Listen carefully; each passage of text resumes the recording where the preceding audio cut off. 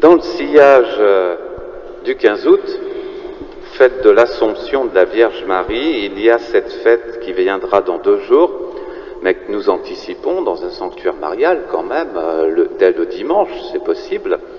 C'est la fête de Marie-Reine. Marie s'installe au ciel et elle est couronnée. Et il a fallu qu'elle monte préalablement, c'était l'Assomption. Et lorsqu'elle est arrivée, eh bien, elle a été acclamée par toutes les créatures et surtout, elle a été couronnée par l'amour de Dieu, l'amour de la Trinité.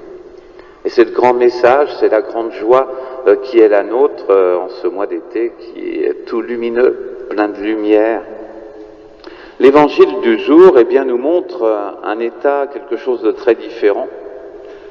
Ça nous montre le monde des ténèbres, là où Jésus, la pauvre enfant de cette femme cananéenne, tourmentée par un démon.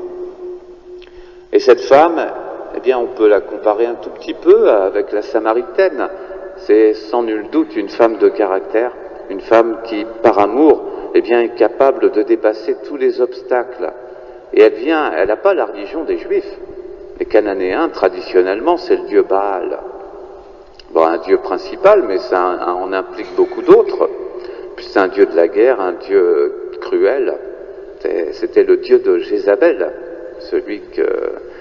celle qui avait, remplacé le clergé d'Israël par le clergé de Baal. Fils de David. C'est comme ça qu'elle s'adresse à Jésus. Fils de David, ça veut dire tu es le Messie. C'est une formule toute faite, mais une formule que la Cananéenne est capable de formuler. C'est un Messie comme Moïse. Moïse qui a fait sortir le peuple de l'Égypte, le peuple d'un monde ténébreux, pour le conduire finalement, eh bien, dans la vraie foi que la terre promise symbolise, car tout est symbolique dans l'Écriture, et ça nous parle de la foi, d'une réalité spirituelle. Ma fille est tourmentée par un démon. Ça nous renvoie à la réalité du monde. Le monde, vraiment, Jésus est sous l'emprise du mal. C'est la réalité. Et vous voyez, moi je vois bien, il y a de plus en plus dans notre monde moderne, scientifique, etc., eh bien, en Occident, donc pas dans des pays reculés, dans des continents reculés où la civilisation moderne n'aurait pas encore toute la place.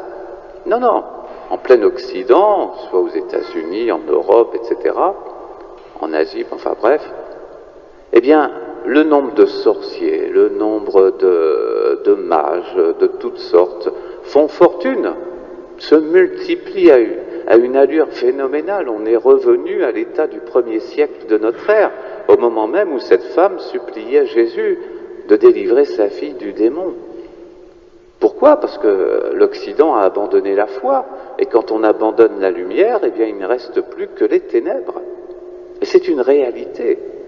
Un démon, qu'est-ce que c'est ? Un démon, c'est une créature, un ange bien sûr déchu, mais qu'est-ce qu'il fait ? Eh bien, il vous casse, il empoisonne l'âme. Il la fait s'endormir comme la Belle au bois dormant, en quelque sorte, et elle n'est plus opérante. Alors on n'a plus qu'une psychologie qu'on croit être l'âme, des désirs, des pulsions. Il suffit de voir ce que nous en dit la psychanalyse ou autre science psychologique. Voilà ce que serait l'homme, quoi. À l'époque de la Révolution française, on l'imaginait comme le fruit, le produit de la chimie de son corps. Et tous ses désirs étaient seulement des choses chimiques qui l'agitaient. Alors il suffisait de modifier la chimie pour manipuler les individus et leur faire tout ce qu'on voulait. Le monde gît vraiment au pouvoir dans ces puissances-là qui nous coupent complètement et le cœur et l'esprit, qui nous coupent de quoi ? De la véritable lumière. Les incroyants souffraient au 1er siècle de notre ère, ils étaient affligés par ces puissances de ténèbres. Ils étaient affligés, ils n'étaient pas heureux. Quand vous regardez le monde contemporain qui est devenu semblable, vous ne voyez pas des gens heureux. Vous voyez des gens peut-être matériellement comblés, mais qui vivent dans la peur que tout leur soit enlevé, qui vivent dans la peur que finalement que la mort ne survienne, qui cherchent toujours indéfiniment à travers toutes sortes d'activités, de plaisirs, le vrai bonheur qui ne vient jamais. Il échappe toujours comme le sable entre les doigts. Et ces démons, dont la fille de la Cananéenne est prisonnière, nous font toujours croire qu'on va l'atteindre enfin, et on ne l'atteint jamais. C'est une course effrénée, une course sans fin. Alors le Messie, celui que la femme vient voir, dont elle a entendu parler, c'est pas n'importe qui, c'est le Messie qui, semblablement à Moïse, fait sortir de ce monde de ténèbres, fait sortir de l'Égypte. Il a les clés pour cette sortie, pour cette libération. Le silence de Jésus, c'est vraiment, ça désarçonne, ça aurait pu la décourager, mais ça ne la décourage pas. Elle sent bien que la délivrance des ténèbres, ça se mérite. Vous voyez, il y a des gens qui viennent voir les prêtres, comme ils vont voir exactement les magnétiseurs, les sorciers de toutes sortes. C'est une sorte de sorcier en plus, dans la grande panoplie. Et puis, on vient recevoir la potion magique, la prière magique, mais on n'est pas prêt à suivre la prescription. Et la prescription, c'est la foi, c'est la recherche de Dieu, c'est marcher enfin dans ce chemin. Quel est le sens de la vie? Quelle est la volonté du Seigneur? Non, eux ils viennent juste pour enlever une écharpe du pied, là, un démon qui les tourmente, mais c'est comme une écharpe pour eux, même si elle est très douloureuse. Mais leur vie, ils ne sont pas prêts à la changer. La femme, elle, par sa constance, si vous voulez, traduit son désir, de suivre toute la volonté que Jésus lui imposera. Et là, c'est le silence, c'est le temps, c'est le délai. Elle accepte, et elle ne perd pas courage, elle continue de supplier.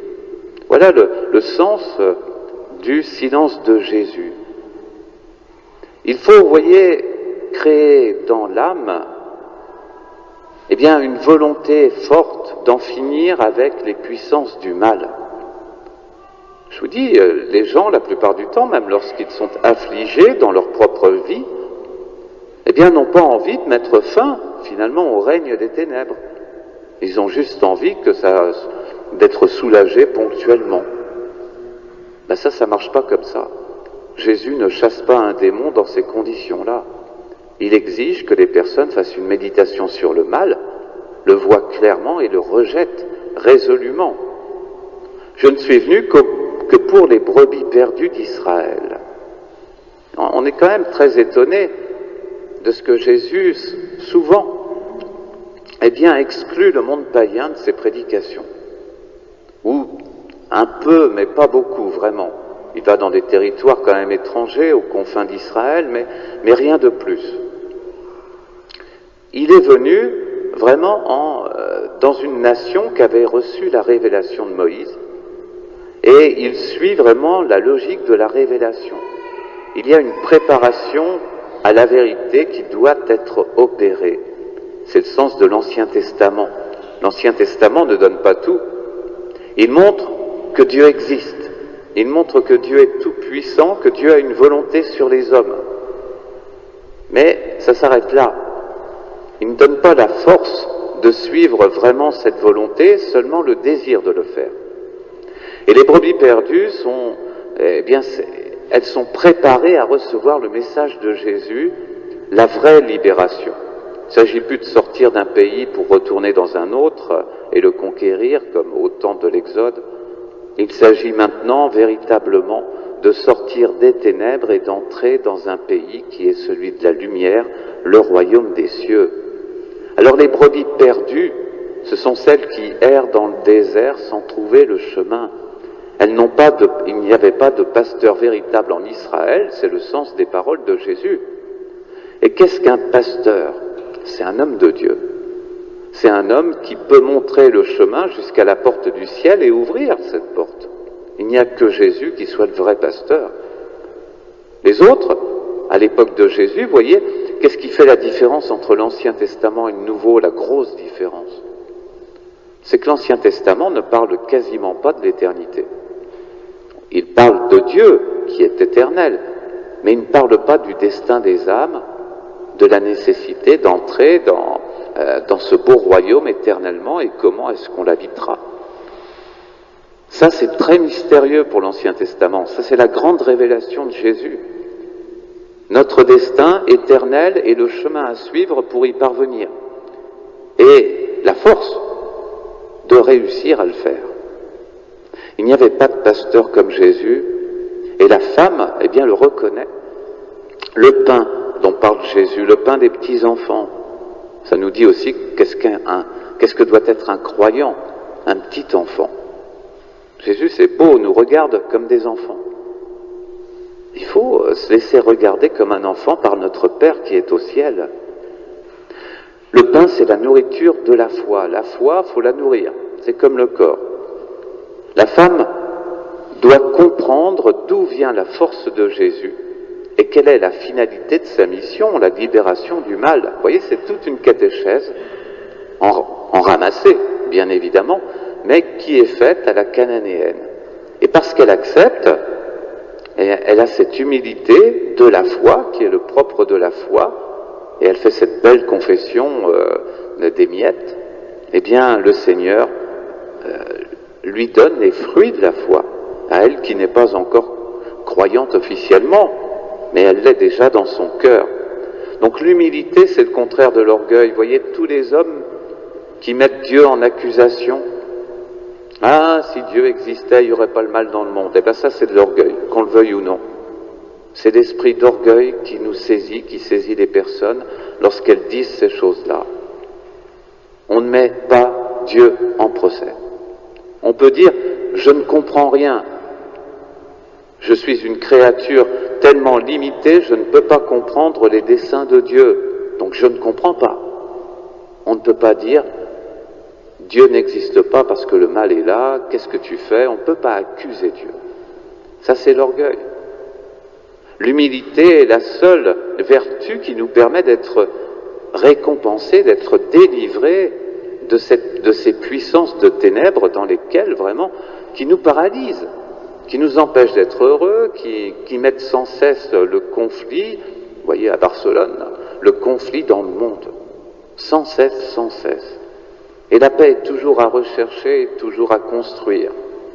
On ne peut jamais se reposer dans la paix, sauf évidemment dans des petits oasis que sont les familles. Il n'y a que là qu'on puisse vraiment se reposer dans la paix. Et normalement dans l'Église aussi, bien évidemment. Alors Marie-Reine, qui est la conclusion de l'Assomption, elle nous montre ce chemin merveilleux que Jésus a préparé. Marie, c'est l'image du vrai pasteur, selon Dieu. Quel grand pasteur que la Vierge Marie. Ah, elle ne nous fait pas de grands discours, elle n'inaugure pas des bâtiments, elle n'organise pas des structures, non, elle nous montre l'éternité de l'amour de Dieu, la paix, la douceur de cet amour qui nous console, il nous renforce. Elle nous montre cette grande humilité comme la cananéenne. Elle est, Marie, la lumière qui dissipe les ténèbres démoniaques. Les ténèbres démoniaques, il ne faut pas entendre ça mythiquement. Les démons, c'est quotidien. C'est des choses auxquelles nous sommes tellement habitués que nous ne mettons plus ce nom sur ces pensées, sur ces tristesses, sur ces abattements. Alors, on est tellement habitués à vivre avec eux qu'on ne les reconnaît même plus. Marie, quand elle paraît dans la vie de quelqu'un, d'un croyant, elle met tant de lumière qu'on s'aperçoit qu'on vivait dans les ténèbres préalablement. Nos yeux s'ouvrent. Ça, c'est du pasteur. Et elle est vraiment comme Jésus, elle chasse les ténèbres. Marie, l'humble servante, elle est aussi la beauté céleste qui est appelée à régner dans tous les cœurs. C'est ça souveraineté de la Vierge Marie. Cette beauté-là est exemplaire. Elle nous sera communiquée, elle est destinée à être partagée par tous les hommes au ciel. La beauté céleste de Marie. Un cœur pur, ce cœur auquel Dieu veut que le monde entier, le monde moderne, pas le monde d'hier, ce monde moderne qui est le nôtre, soit consacré. Pour l'instant, il est consacré aux mages, aux sorciers, il est consacré aux orgueilleux. Demandons à Dieu, eh bien, que dans nos cœurs d'abord, et qu'à partir de là, ça rayonne, cette lumière, ce monde soit renversé, consacré à la lumière éternelle de l'amour divin.